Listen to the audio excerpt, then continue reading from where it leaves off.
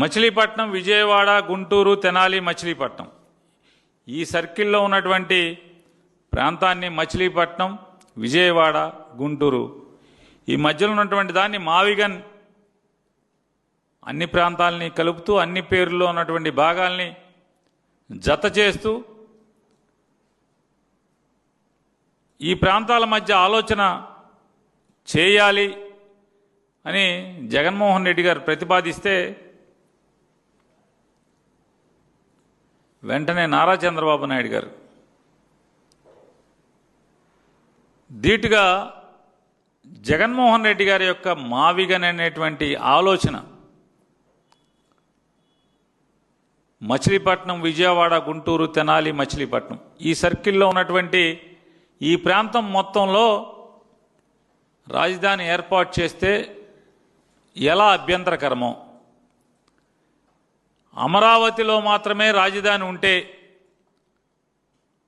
మచిలీపట్నం, విజయవాడ, గుంటూరు, తెనాలి మధ్యలో ఉన్నటువంటి మావిగన్ ప్రాంతం ఎలా నష్టదాయకమో తేడా విప్పి చెప్పకుండా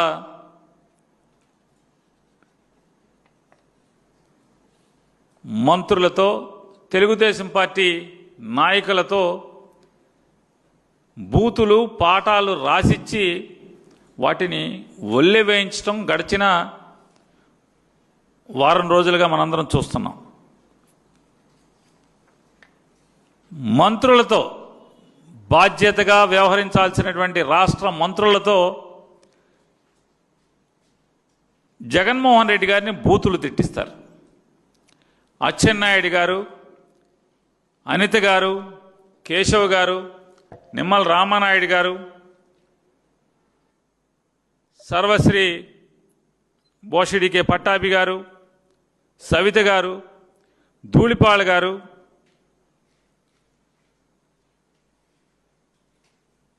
ఎంపీ కలిశెట్టి గారు, అలాగే మినిస్టర్ సత్యమూర్తి గారు, ఇలాంటి వాళ్ళందరినీ కూడా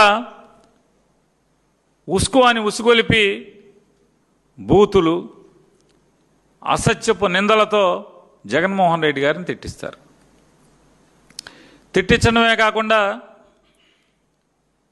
అంటే వీరికి నారా చంద్రబాబు నాయుడు గారికి అర్థం కాని విషయం ఏంటంటే టీడీపీ వాళ్ళ వీళ్ళందరికీ కూడా జగన్మోహన్ రెడ్డి గారిని గేలి చేస్తున్నాము, జగన్మోహన్ రెడ్డి గారిని మావిగన్ పేరుతో ట్రోల్ చేస్తున్నామని చెప్పని సంబరపడ్డారు. కానీ 2 రోజులు అంటే 48 గంటలు తిరిగేప్పటికీ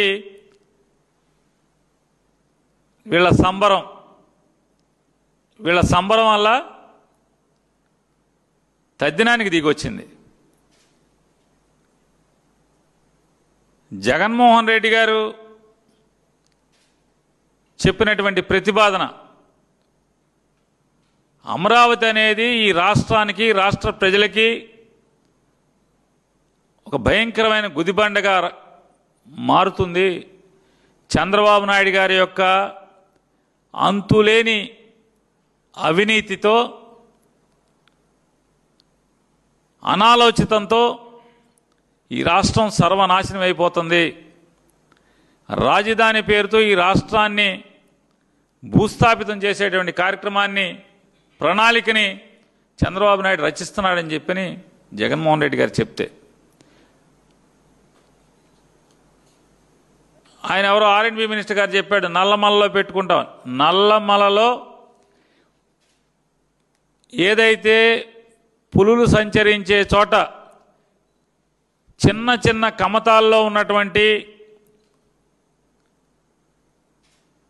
షెడ్యూల్డ్ ట్రైబ్ జాతులు అంటే అక్కడ నివాసం ఉన్నటువంటి మారుమూల అటవీ ప్రాంతంలో నివసిస్తున్న వారికి దగ్గర నుంచి, లేదా అరకు, పాడేరు, ఒరిస్సా బోర్డర్లో ఉన్నటువంటి అతి సామాన్య రైతాంగానికి కూడా జగన్మోహన్ రెడ్డి గారి యొక్క ఈ ఆలోచన అంటే రాష్ట్రానికి రాజధాని అనేది ఒక సిరి సంపదల తొలతూగేటువంటి రాజధానిగా ఉండాలి తప్పితే ఈ రాష్ట్రాన్ని, రాష్ట్ర ప్రజల్ని దివాళా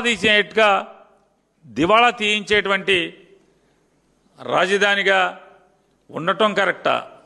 అంటే ఆంధ్రప్రదేశ్ రాష్ట్రానికి రాజధాని అనేది ఈ రాష్ట్రాన్ని, రాష్ట్ర ప్రజల్ని అప్పుల ఊబిలో పాతరేసేదే అయ్యుండాలా, లేదా ఈ రాష్ట్రాన్ని, రాష్ట్ర ప్రజలకి సిరి సంపదలను ఇచ్చేటువంటి ఒక పంటలాగా, ఒక చేనులాగా, ఒక ధాన్యాగారంగా, ఒక ఖజానాగా మారాలా అనేది, అంటే ఏదైతే బాగుంటుంది అనేది వాళ్ళ రాష్ట్ర ప్రజలందరూ కూడా ఆలోచించే పరిస్థితి వచ్చింది.